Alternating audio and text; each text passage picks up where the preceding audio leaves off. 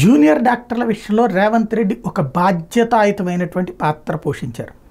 ఎప్పుడు ప్రతిసారి జూనియర్ డాక్టర్లది కథలు నడపడం తప్పించి వాస్తవికమైనటువంటి పరిష్కారం ఉండదు. ఇప్పుడు ఒకంత వాస్తవికమైన పరిష్కారం, అందులో అన్ని సమస్యలు పరిష్కారం కాదు. ఒకటి స్టైఫండ్ ఎప్పటికప్పుడు అది హక్కుగా ఇవ్వాలి అన్నటువంటి దాని మీద ఇంకా స్పష్టమైన ఉత్తర్వులు రాలేదు. కానీ వాళ్ళకి వసతి గృహాలు ఏవైతే హాస్టల్స్ కట్టాలన్నారో వాటికి సంబంధించి మాటలు చెప్తున్నారు, ఎప్పటికప్పుడు చేతలు సాధ్యం కావట్లేదు. ఏదైతే వరంగల్లో ఉన్నటువంటి వాళ్ళకేమో రోడ్లు వేయడానికి డబ్బులు రిలీజ్ చేస్తూ జీవో, అట్లాగే హైదరాబాద్లో ఉన్నటువంటి వాళ్ళకేమో హాస్టల్ కన్స్ట్రక్షన్కి సంబంధించినటువంటి బడ్జెట్ రిలీజ్ చేస్తూ జీవో.